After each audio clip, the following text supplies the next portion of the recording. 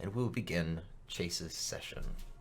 Now, Chase, I'll give you just a quick rundown of where we're at, and then I'd like you to bring us up to speed to how you got there. You can tell us all about your character, his full name, all that good stuff for the official show. So, to start with, you have found yourself reclining comfortably in your, well, let's be honest, it's your throne, at the back secret room of your warehouse that you have rented out for the time being in the port city of Doran. And you are watching as your cultists draw the circle on the ground and begin gathering up all the accoutrement for your grand ritual. So would you be so kind as to tell us who you are and how we got there? Got here, I suppose.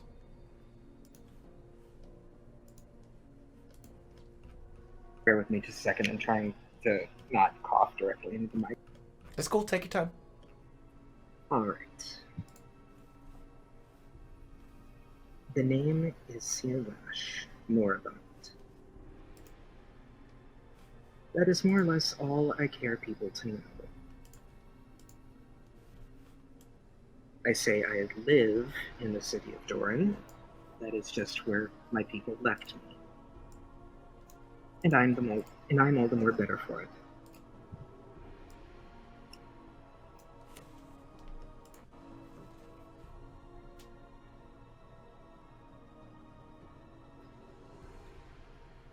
I'm your typical tall, handsome. I wouldn't go so far as to say dark and handsome.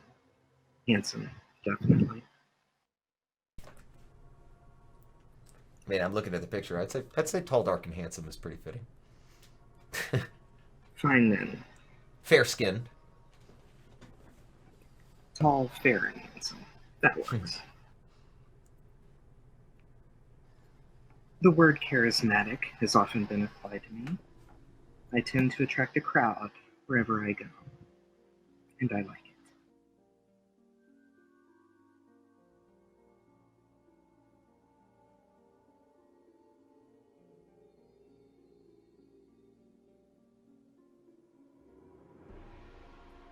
I think that's it for now. Okay. So, you have, as I said, you've established this little warehouse, and over the past 6 months, you have been garnering the respect and admiration, as you so often do, of these absolute fucking fools. You've got them convinced that you know the secrets of the universe, and only you know them. You've convinced them to sell their possessions and donate them to you. That's how you were able to afford purchasing this warehouse. And it's kind of on the isolated side of town. It's definitely the poorer end of the docks, but it's an entire fucking warehouse to yourself. And right now, the walls are just lined with every bit of valuables that these people had. And you're just currently running your machination on how do I pry all of this out from underneath them and skip town. And so the first thing that comes to your mind is, I've seen some really fancy jewelry and some really fancy art stuff. So what I'm going to do is I'm going to tell them the first major step now in learning the secrets of the universe is to join you in this ritual where all of you will sacrifice the thing most important to you. So your 20 members gather around in this circle after about an hour or two of preparation, just getting this whole thing set up. And you know it's all just bogus. It's, you're totally making this shit up. And what you've rigged is this fire in the center actually has a trapdoor underneath it. And with some fancy magic and a little bit of working your way through this, you've figured out that as these people drop their valuable into the fire, you'll simply step on the switch that'll be in your spot on the circle, which is, of course, closest to your throne, and let the trapdoor swing open, and safely consume these items in this big magical fire. Seems like a foolproof plan. Then you've got them all to yourself. You can hawk them without anybody knowing, and you'll have the money, and nobody will be the wiser. And perhaps you can just run this ritual forever and dwindle their belongings down to nothing. But you're musing over how exactly you can, what exactly your next thing will be, and you decide, you know what, I'm just going to relish the success of this as the ritual begins. So you get your 20 people all in a circle. There's elves, there's humans, there's dwarves, there's even a half-giant. They claim to be a half-orc giant. And they're all holding something. And you told them that, you know, if these people wanted, they could wrap up their belongings, because if it's private, they didn't want anybody to know. Family members that may be upset about destroying an heirloom or something like that, then wrap it up in burlap and toss it in. Nobody will be any the wiser. So it's hard to tell exactly at first what's getting tossed in, but you have pilfered a scroll of true seeing, and you're able to see through these mundane affectations. It just warms your heart as it goes around, and you see somebody throws in a petrified frog. Someone throws in a keychain. Somebody else throws in a toy crossbow. You're starting to get annoyed. None of this is worth anything. Ooh, wait. There goes a carved marble elephant. I like that. That'll fetch a pretty penny. Finally, something with value. Someone tosses in a necklace. It just goes around and around. There's a pewter spork. Most of this stuff is junk, and you're a little bit disappointed in your flock at first for not really paying attention or not seeming to get the gist of what was supposed to happen. When the only mother in the group steps forward, and before you can stop her, takes her bundle containing her baby and drops it into the fire. Everything else had gone into the trapdoor without a hitch. You go to open the trapdoor, and there is an explosion from the center of your bonfire, and all of your cultists and yourself are thrown to your feet, or thrown off of your feet. And the room fills with smoke, becomes very, very difficult to see. Everyone's coughing, there's screams. What do you do first? Laying there on your back, kind of up against your throne.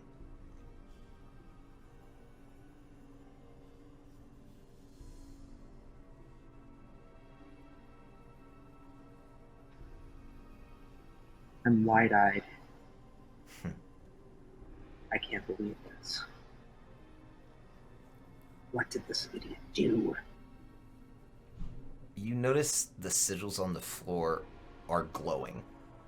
You've never seen this before. Ever. And in the center of where the smoke is coming up from, it just looks like a big black hole blown where your trapdoor had been. And for a brief second, through the smoke, as perhaps a wind passing through these drafty walls moved it, you can see, as can any others of the cultists that get near the pit to look in with you, the pile of belongings. The baby's nowhere in sight.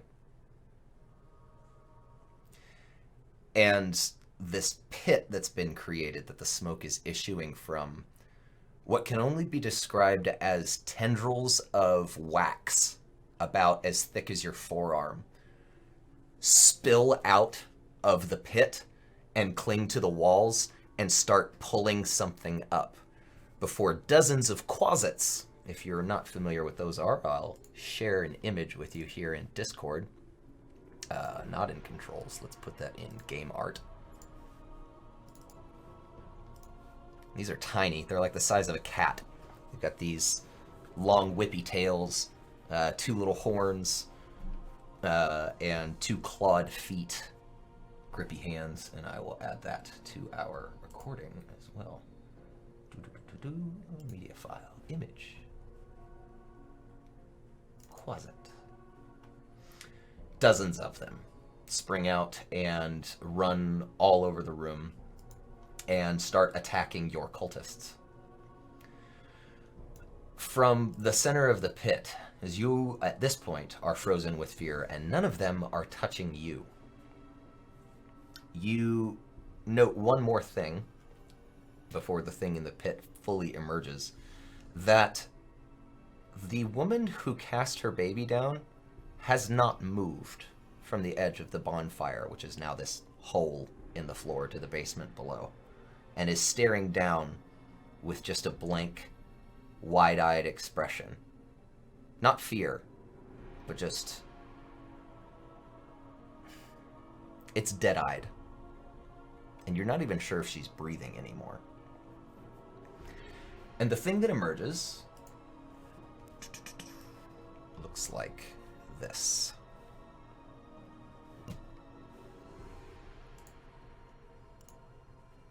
Also in-game art in our Discord. It stands at roughly 12 to 15 feet tall, somewhere in that range. It fills up this little back room.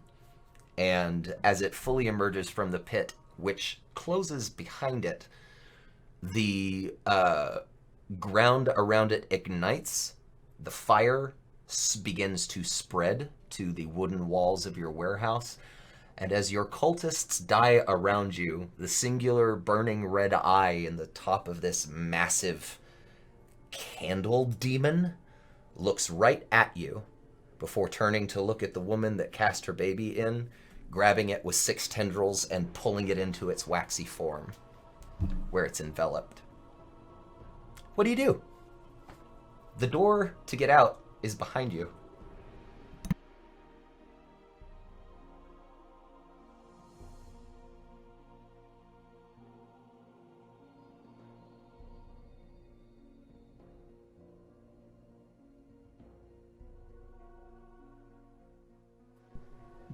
I think I'm going to use Chill Touch to open that door. Okay.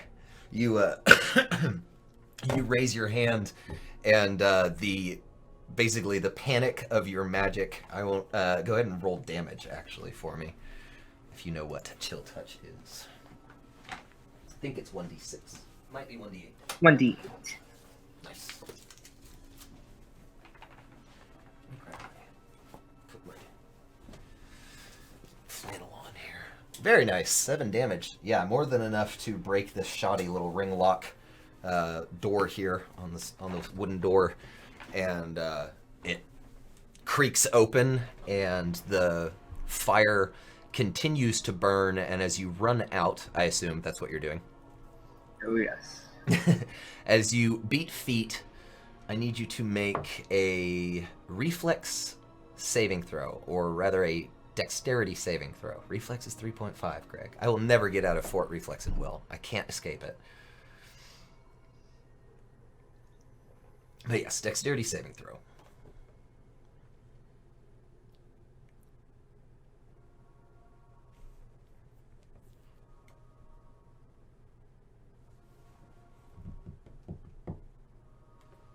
+3 is 4. Oof! A natural 1. One of the tendrils wraps around your ankle and pulls you off your feet, and you hit the ground and take... Where did my dice go? There they are. 4 points of damage. And you're grappled. It's your turn. You are 100 feet from the double doors that lead out of your warehouse. The fire is 50 feet from it. And the wax demon thing has you around the ankle. I don't have a concealed carry license for it, but I do have a hand axe. All right. Roll to hit.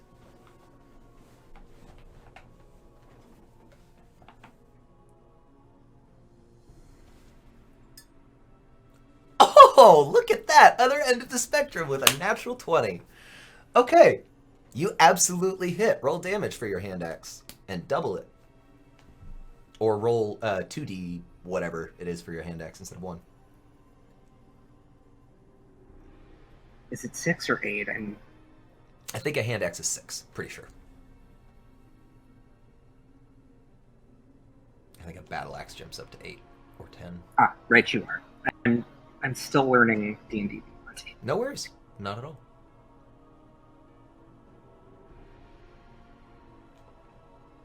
Very nice. 7 plus your any modifiers that would be relevant to that. Because I think a hand axe would be strength. So do you have a strength bonus? I do not. Okay, cool. So 7 damage. That is enough to sever this tendril. It's definitely one of the smaller ones because you've made some distance because that's pretty much all you did. So you are able to sever that tendril, and now you have another 30 feet of movement. And that's what I'm going to take. Cool. All right. It's going to take one final attack at you, and it rolls a 7. And even with its bonus, what's your AC? 13. Even with its bonus, it doesn't have enough to get you with that. So it misses and continues to, from what you can tell, consume the rest of the cultists in the room. They're all dying because they're not coming out the one exit, and that entire room is engulfed in flames at this point. So is most of your warehouse. The fire is closing in on the door, and you are now, what did I say, you moved 30? You're now 70 feet from the door. Now you can take an action called the dash action, which allows you to move up to your movement. So you can basically do a double move by doing that. Definitely doing that. Okay, you close 60 more feet. You have, let's see. As you glance over your shoulder, 3 quasits come scampering out of the room far behind you. They're not going to close in on you, but you're kind of aghast because one of them has clearly a hand in its mouth and is just gnawing on it. And yeah, it's similar with the other 2. They have bits of your little family that you'd made there. Your little marks, I suppose, your group of marks. And as you get to the door, which is now on fire, I would like you to make a... Let's do a Constitution saving throw.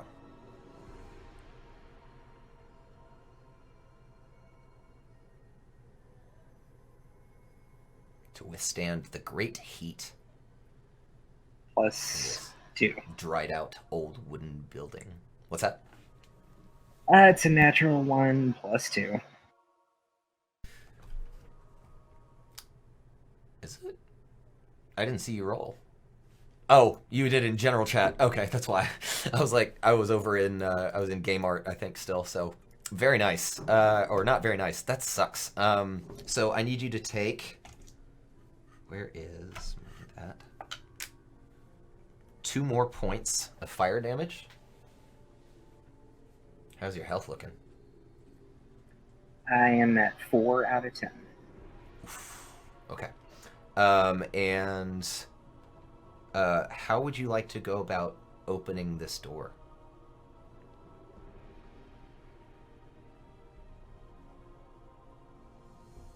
I think this time I'm going to hurl the hand axe at it. All right, yeah, roll the hit. Thrown weapons is with dex, I believe. So your proficiency plus d20 plus dex.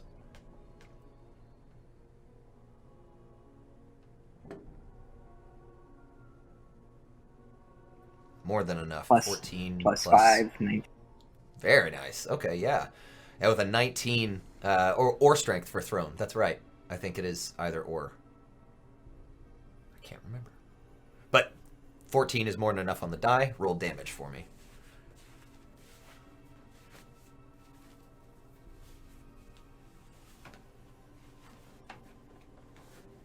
Two. All right, so 2 damage. It's already taken significant. Let me roll that significant structural damage real quick before I say it's significant.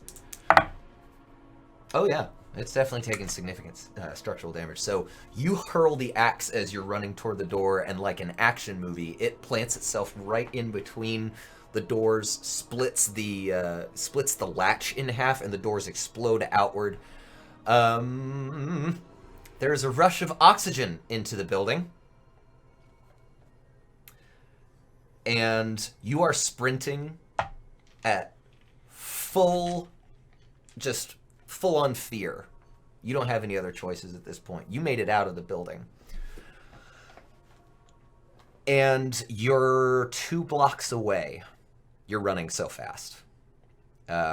You're the length of your warehouse away, plus another warehouse, when your entire, let's say 5,000 square foot dock warehouse goes up in a small mushroom cloud as the backdraft coalesces, and it just, a gout of flame rushes out. I'm checking the candle behind me, which is burning really high at the moment, just in case. But a gout of flame rushes out of the double doors that you opened, and the entire thing just shards of wood everywhere, smoke everywhere, townspeople screaming, and you decide now would be a really good time to get the fuck out of Port Doran.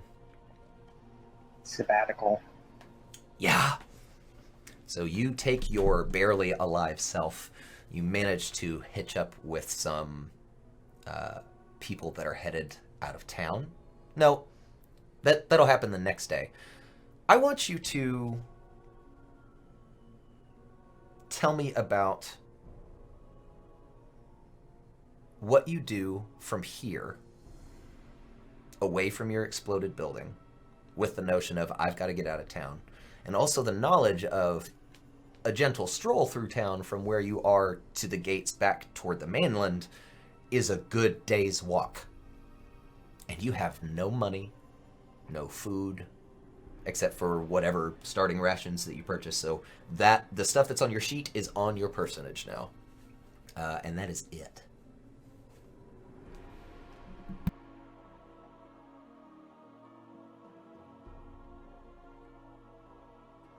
I'm going over my inventory. Okay, so it would be a strength with a hand axe, but a dagger can be with strength or dexterity because a dagger has the finesse property. Thank you, Ian. I appreciate that. So yeah, hand axe would be strength, but like I said, the 14 on the die was enough for it to hit, so very cool.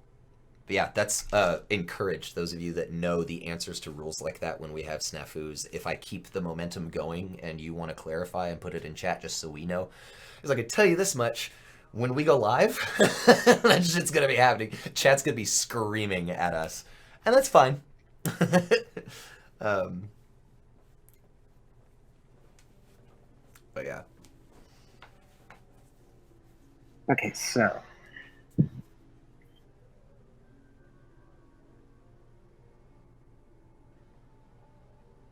My only thoughts are with my own survival, of course. Naturally. Understandable, too, at this point. So, I'm heading as fast as I can into the nearest wooded area.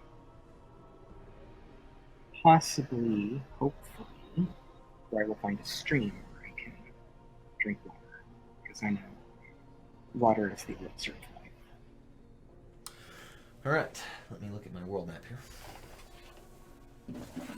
Port City of Doran.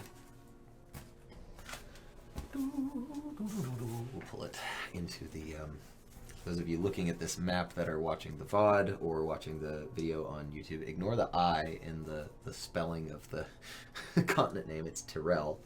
Anyway, so the port city of Doran, or Doran, is down here. How do you pronounce the city that I've made up? Who knows? That's down here in this this bay on the southern half of the peninsula. For you, the nearest woodland would either be there's a sparse little bit of it to the west, which I have not named, but it is far more remote and closer to, say, 13 original colonies sized. Maybe not quite that big. I was comparing the other forest to Texas last time, so I thought I would just go with it. No, so you've got a little bit of forest over there you could go to, or you could go northeast to Saren's Wood, which is the really, really big one, the size of Texas. Easy to get lost in. People go there to disappear all the time.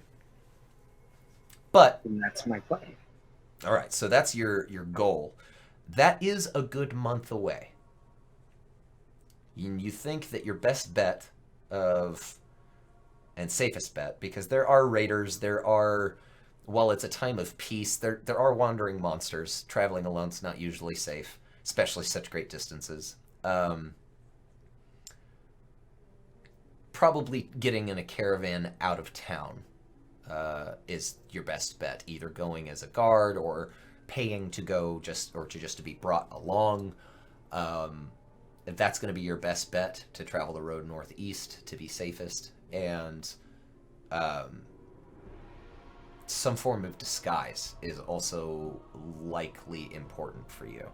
You've mentioned to me, I don't want to spoil it because I want you to be the one to lead us to that, but you've mentioned to me before some of the things that Vash had done to himself to blend in, so maybe you can show us something like that.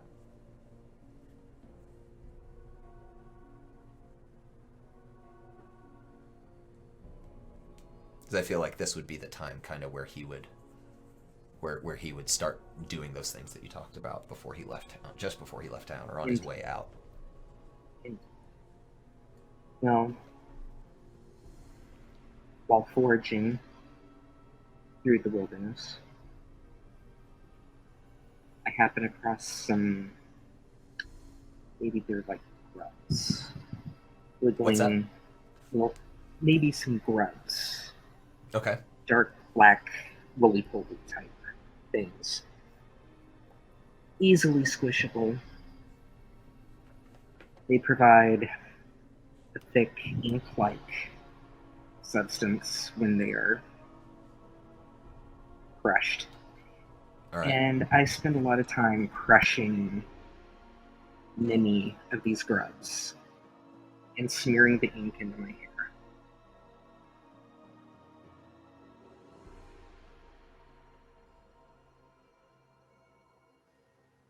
Then, looking around,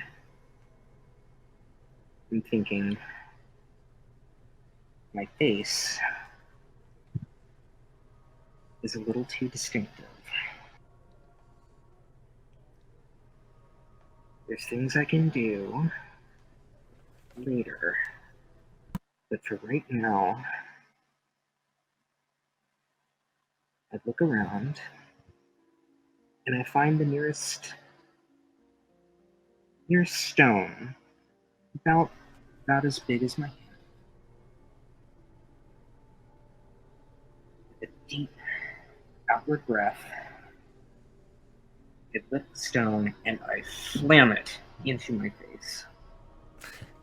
So you immediately break your own ocular bone, essentially. You kind of smash the brow ridge a little bit and crack definitely underneath it. And of course, give yourself a shiner that's going to last probably a good month. It's going to swell your eye shut for a week or so. So I want you to have disadvantage on any perception checks that have to do with sight. And I'll say where you did this is pretty much you panicked after the explosion. You ran across town to a very Central Park-esque type of thing. Big chunk of wilderness preserved in the middle of this bustling port city. Because it really is that size, I guess. You know, it's a very widespread metropolis, and it is a port city indeed. There's lots of shipping that goes here. It's the main port city on the continent, as a matter of fact, and the only one that closely connects to the main human city and the main elf city, both Larisendal and Kalterim, which are on the northern northeastern end of the continent and northwestern, respectively.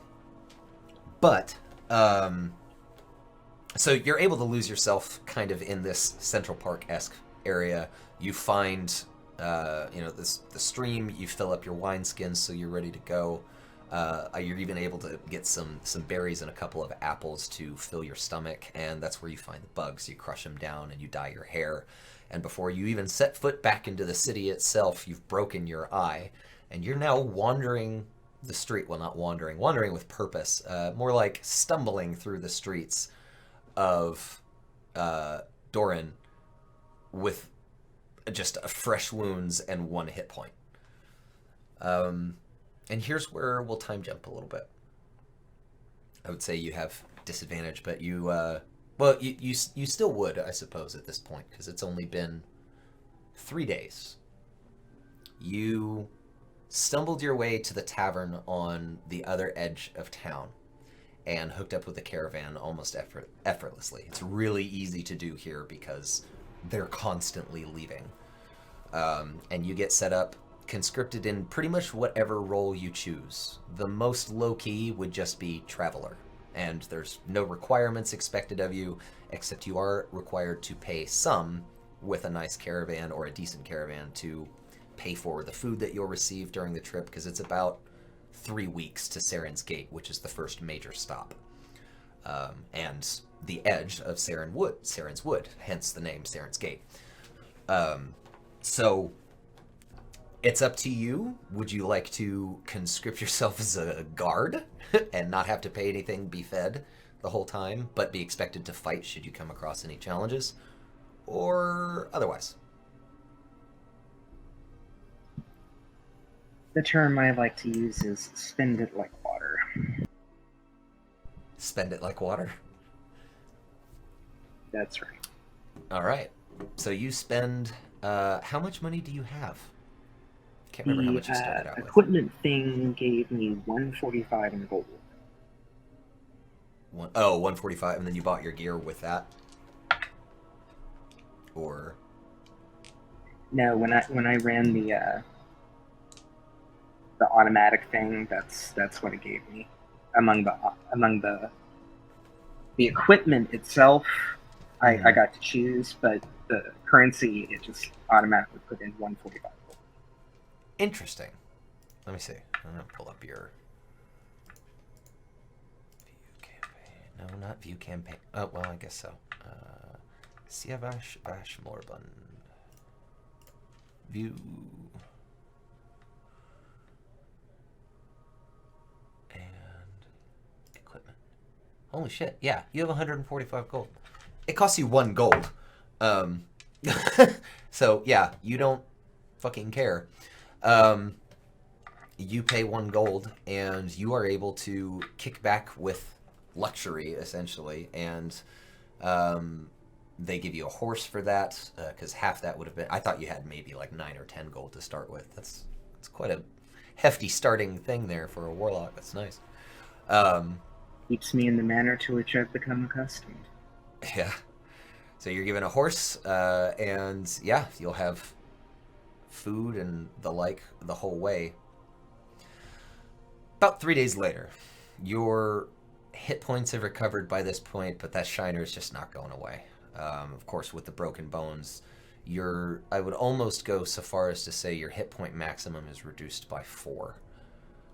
So I would note that on your character sheet, because that's hurting. But it's... with each full rest that you take, you'll recover 1 from this point out. You're walking through this, it's just can only be described as rolling, hilly plains. It's like the hill country of Texas. It's kind of boring. There's no fences. There's just this dirt road for a month and long grasses as far as the eye can see. And it's the end of summer, so it's kind of uncomfortable, but the nights are cool, the mornings are cool, and on the nicest day that you've had so far, this one it's maybe 75 or 80 degrees outside, light breeze blowing, but not a cloud in the sky. Except for way, way off to the northeast, you can see the edge of what looks like a big storm front, but that's a long way off. Possibly won't even reach you, you're not sure. When to your east, without even so much as a perception check, all of you see a flash of light. And as you turn to look, probably, I don't know, 100 feet away, a portal opens. Now, this is not normal, but naturally, but like portals, teleportation, you don't see that shit happen. That's stuff of myth and legend. You've summoned a little magic here and there yourself, and you've read some amazing things about what you may be able to do someday. But you've never seen anything like this. You've only ever read fairy tales as far as it's concerned, and only Anvaz the Great knows how to teleport that you know of. Anvaz is the head wizard of the biggest wizard school in the world, wizard tower in the world, called, what is the name of the tower? It's located to northwest in a place called the Silent Isle. Oh, sorry, the name of the tower itself is also Anvaz. He's kind of egotistical. But, hey, he can literally walk across the world in the blink of an eye, so I guess he can be as egotistical as he likes. You're not sure if this is what you're seeing here at first, but you know that the portal opens from some place that's very cold, because all you can see pouring out of this portal is blowing snow. It's far too early for snow, way too warm for snow. And flittering out of it and landing lightly on the ground in front of him, the grasses in front of him, is a 3-foot-tall pixie. He's got these blue 3-pointed markings on his face, on either cheek, that kind of descend down from his eyes. And tiny little pointed ears. He's got pince nez balanced on the end of his nose, perfectly circular. And he's carrying a book that's almost as big as he is. And he just kind of sets it in the air in front of him, opens it, turns a few pages, licks his finger, turns a few more pages. His wings flicker a few times. And he looks up at the sun and squints, wipes his forehead with the back of his arm, and just keeps... And then you see him look over at the caravan, which has, at this point, come to a fucking halt. Like, all 6 carts have just... And there is a murmur just through everybody.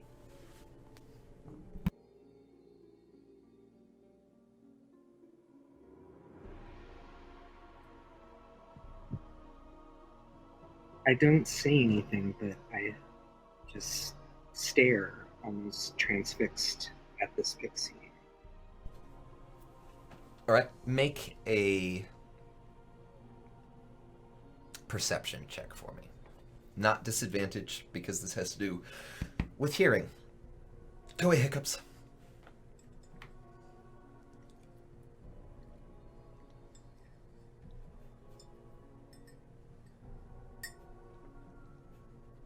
$14 on the die, not bad. What's your plus to that, if any? +1. Okay, 15. That's just enough to catch. You hear the word weavers. Weaver, actually, singular. From a couple of people scattered about the caravan. From on top of your comfortable horse and saddle, there's a couple of people that are just walking, which probably could have been you for only 3 copper, but...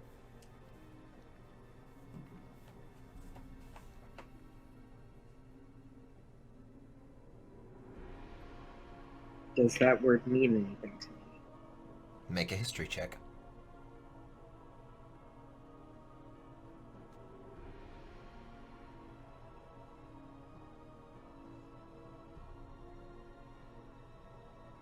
Okay.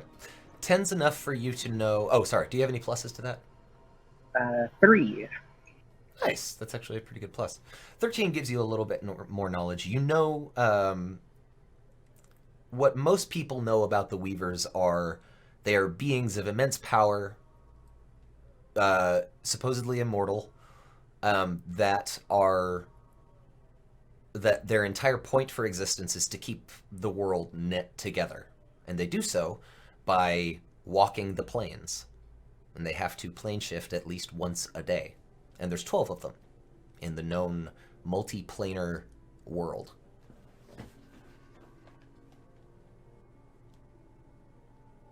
And for some reason, apparently, this one decided to land on the material plane in all places, all continents, and all areas, here, 100 yards from you, on the street. And he had been, like, probably only visible from, like, the waist up after he landed because the grass is so tall, and he's only about 3 feet tall. But he lifts up into the air and flies toward everybody, and goes to the front of the caravan, and from what you can tell, is making his way down the line and greeting everyone. It's like stopping, shaking hands, saying hello. Stopping every now and then with somebody more colorfully dressed and having a little bit longer conversation. And his book is just kind of floating along behind him, closed now.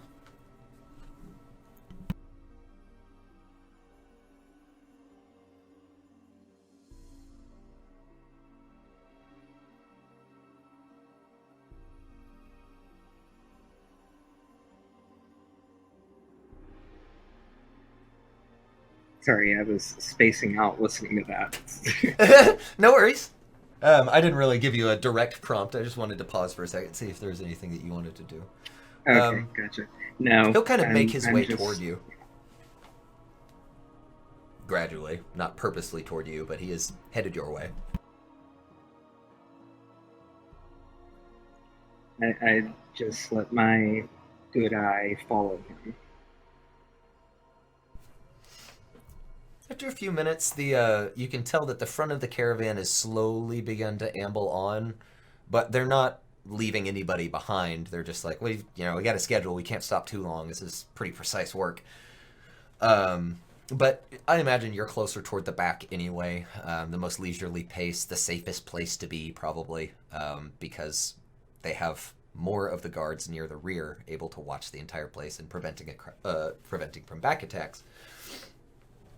And he gets closer to you, sees you, and kind of squints for a minute, and then tilts his head upward, like he's listening to something, not the person who's talking to him. And then he snaps back to the person who's talking to him and apologizes for seeming to space out, and he continues talking, and then he eventually makes it to you, and he extends his hand, and he says, Pogo the Pixie, nice to meet you. Greetings. And you are?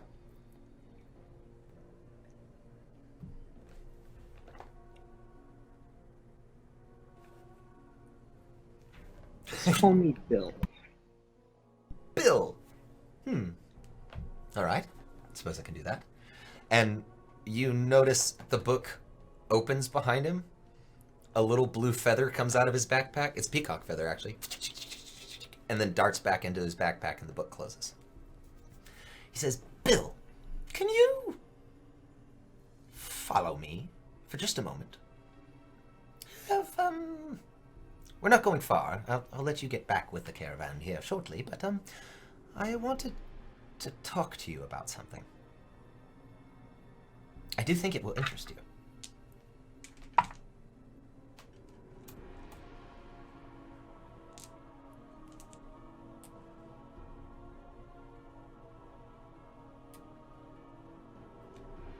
You've only known me for 10 seconds. Why would you think I would be interested? My boy, do you know what I am?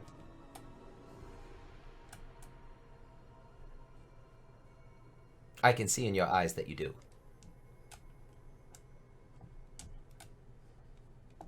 Come now. He winks. Don't be so stubborn, Mr. M.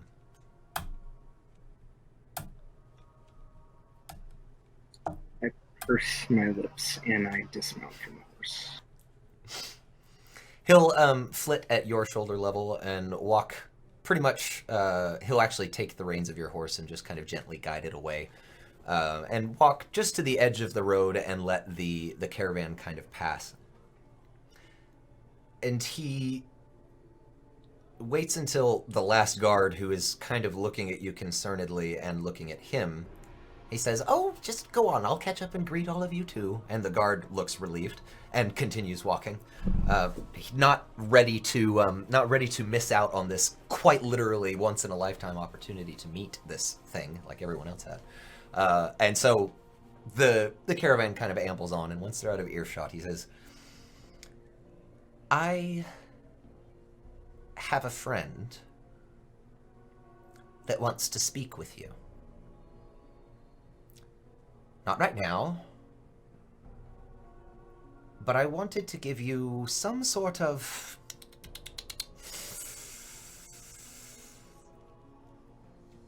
a warning. Seems so harsh. Heads up? Are you familiar with the term?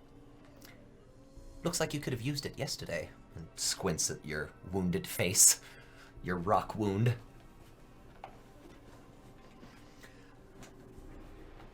Even though that was, he says yesterday, but 4 days ago. It's going to be a little bit frightening when it happens, but understand they have not only your best interests at heart, but the good of all's interest at heart. My dear boy, how did you let out an abyssal? And just, he leans in and whispers that to you really close. His nose is almost touching yours. Very tiny little pixie head. There's really no sense in my lying, so I just whisper back, "Is that what that was?" Yes. That's why my friend wishes to speak with you. Fear not, fear not. My friend is quite the opposite of an abyssal. It's a Nithian, as a matter of fact, if you've ever heard the term.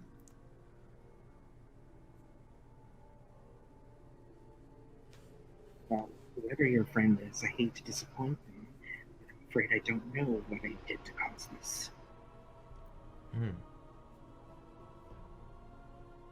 That is unfortunate. Well, the good thing is that it knows you didn't really do it on purpose. They know, rather, my friend. They know you didn't do it on purpose. But if they come across a little angry, now that you know where he's from, maybe you'll cut him some slack.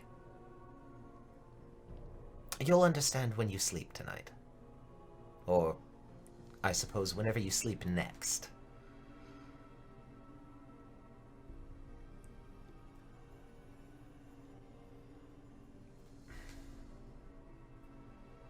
Just wrinkle my nose with a bit of disdainful look.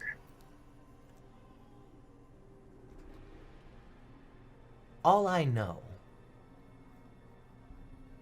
His book opens really slowly, and the peacock feather creeps out of his little backpack and edges toward the book. As he kind of leans into you, and it's like he's about to ask you something that he has the air of seeming like maybe he shouldn't. What did you see? All I know is there was an abyssal incursion. And he's tapping the tips of his fingers together kind of nervously. And that's why my friend is going to be in contact with you. What did you see?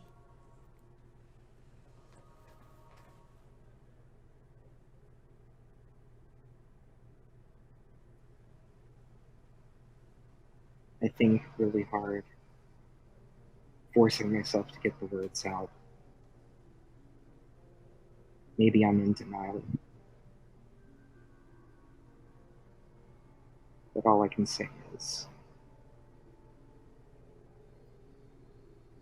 was unspeakable. He frowns and says, I'm going to tell you a secret about weavers. There are 12 of us. All that you've heard and been taught is in fact true, but some of it's partial truths. We must plane shift at least once a day. We can plane shift so many more times than that, should we so choose. And he reaches into his vest and pulls out... The best way to describe it is, you know those little pressed glass beads that you get at craft stores that are in all sorts of colors? Yes. It's a blue one, like almost an aquamarine kind of blue, and etched across the top of it in a motif that you are definitely recognizing is reflected physically on this pixie is a 6-pointed snowflake.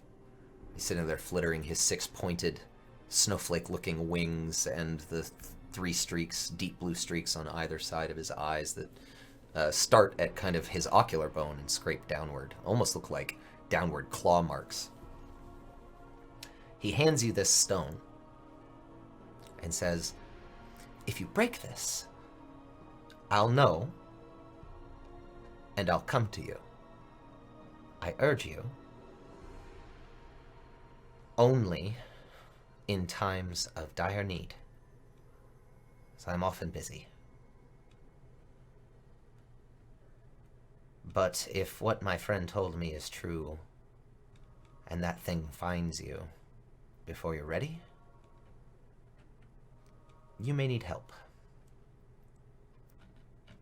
So, call me, I suppose, by breaking this, if you need me. And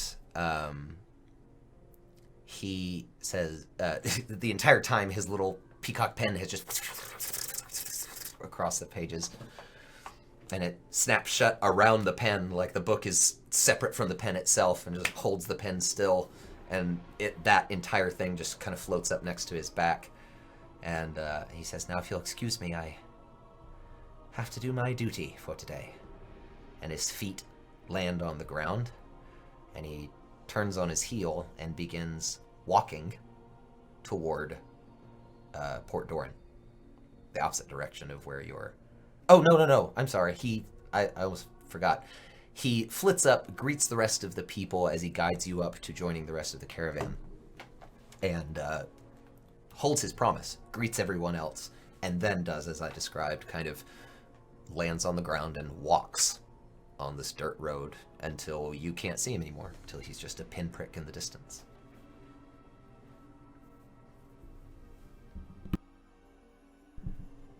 That night, do you avoid sleep, or do you go to sleep on purpose?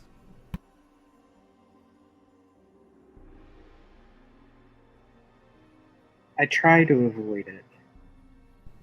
Okay. I'll spend some time just kind of looking at this stone. Make a Constitution saving throw for your first all-nighter.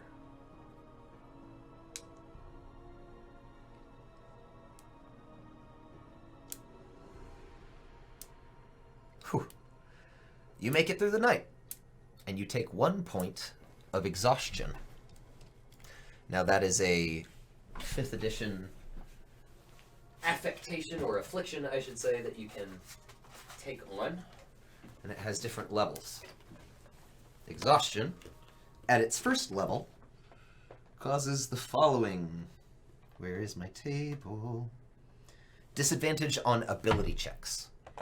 So all of your skills and abilities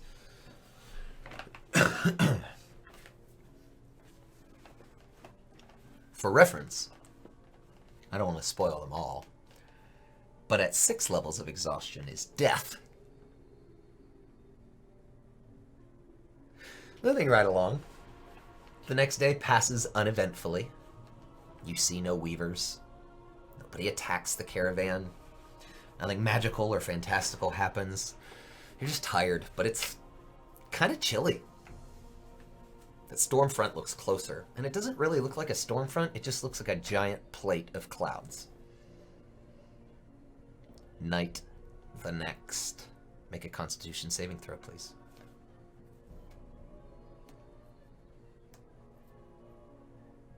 A 10. That's enough to survive tonight. But not enough to not take another level of exhaustion, unfortunately. Enough to stay awake. Today, when not on horseback, your speed is halved. Instead of 30 feet, you move at 15. You're beginning to draw some signs of worry from a couple of the people. The cook is like, you're sleeping less than me. That's fucked up, man. What's going on?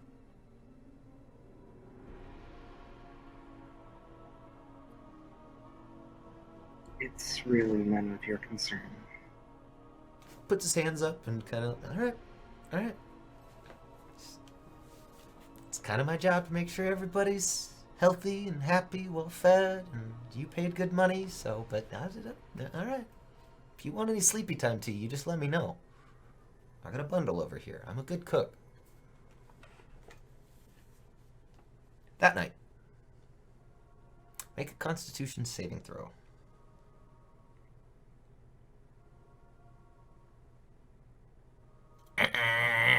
Third time's a charm. 3 nights in a row is really hard to do. I haven't done that since I was like 17, and I'm pretty sure I hallucinated the next day.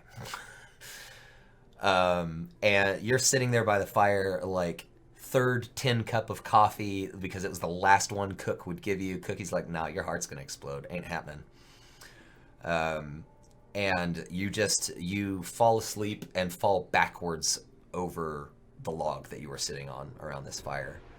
And as you're, like, laying there in that fighting, trying to stay awake, but you just kind of hit your head on a rock, and now you're really tired, fighting to stay awake, you hear everybody around the fire like, yeah, finally, God, all right, get him in bed. And they, like, you just barely remember them kind of picking you up and gingerly bringing you over to your bedroll and tucking you in, and they're like, all right, we're all sleeping in tomorrow morning, no rush in the morning, because this poor fucker, I don't know what's happened to him, but, like, as standoffish as you've been, they've been weirdly protective and everything of you. Maybe just because you paid good money as far as commoners are concerned, but you're not sure.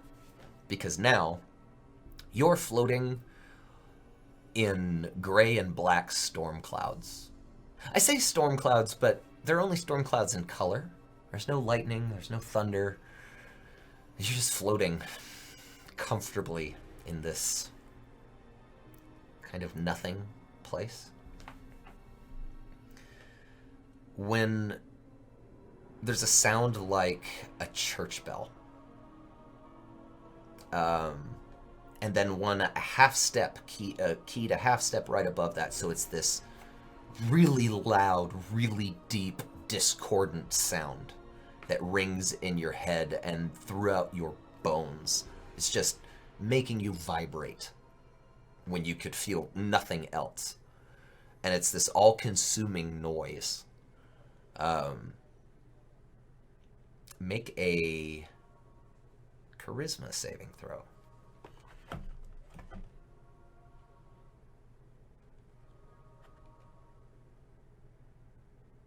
$13. Better than the last roll, but not good enough. You are terrified. This shakes you to your core. And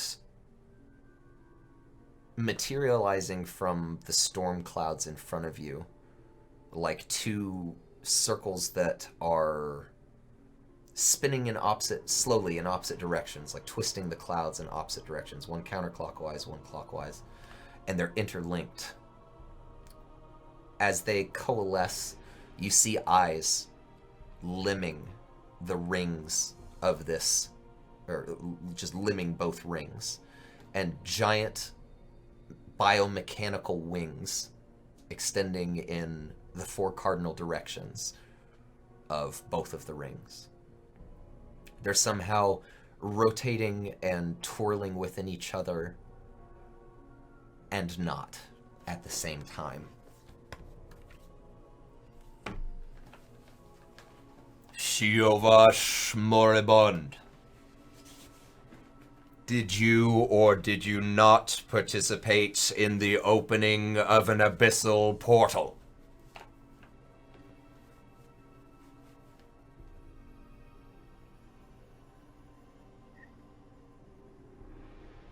I did. Your honesty is noted. Your punishment will be less severe.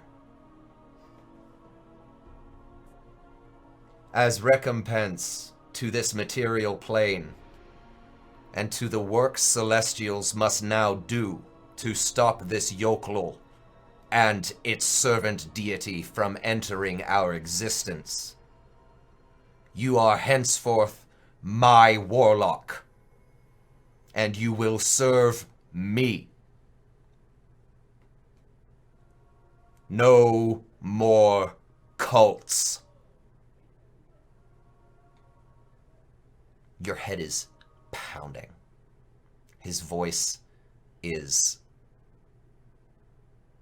worse than the bells, because it is the bells and it is the voice. And though you're terrified, it's a different kind of fear than the visceral "I'm going to die" fear you felt a few days ago. This is one that shakes you to the point of, if what that yokel was going to do to me was going to be bad, I can't imagine what angels or Zenithians or whatever this thing is can do as punishment.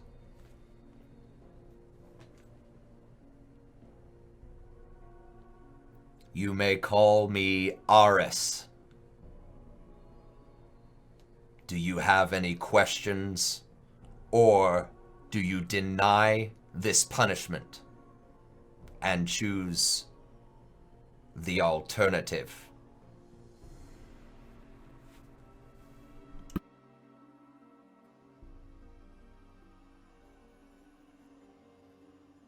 I have but one question. You may ask.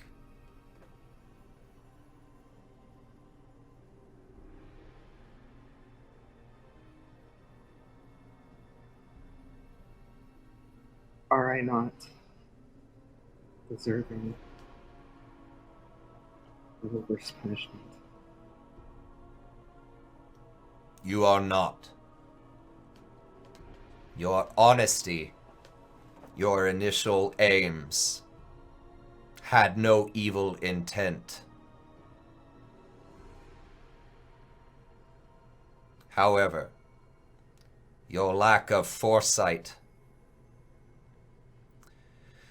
requires correction. We must find the mortal soul responsible for this. That is your next objective.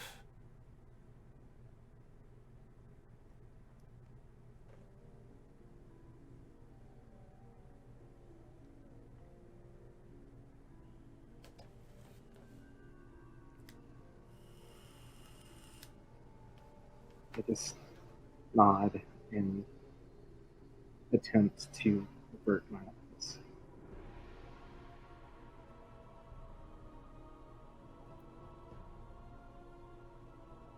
I am not here to judge you on your petty, small morality and those choices.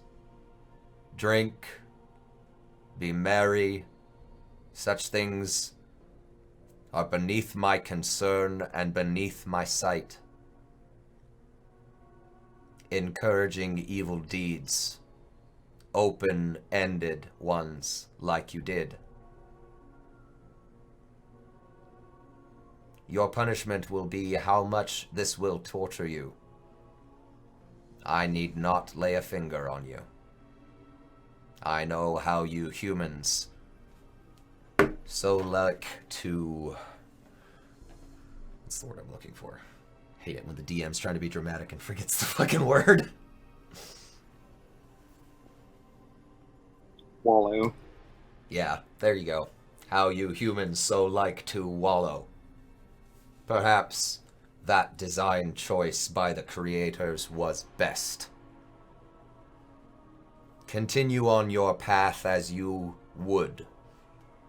We will be here, assisting your hunt when you are ready.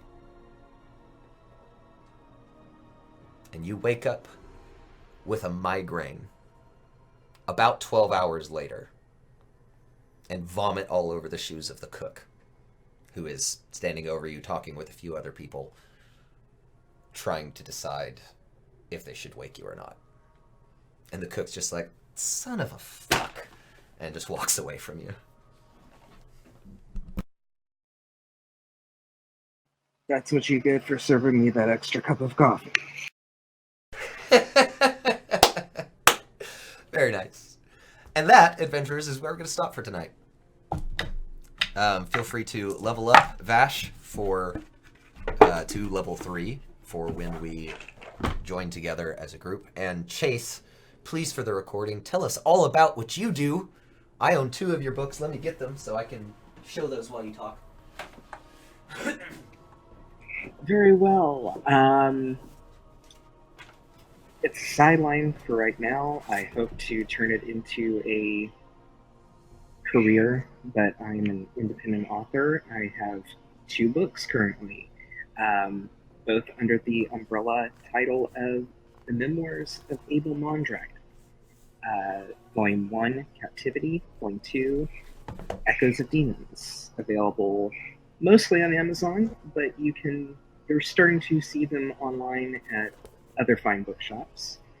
Book 3, and I have to pause a second because I forgot the subtitle of it. The Great Divide. There we go. The Great Divide, that's right. I was like, I forgot it too. Shit.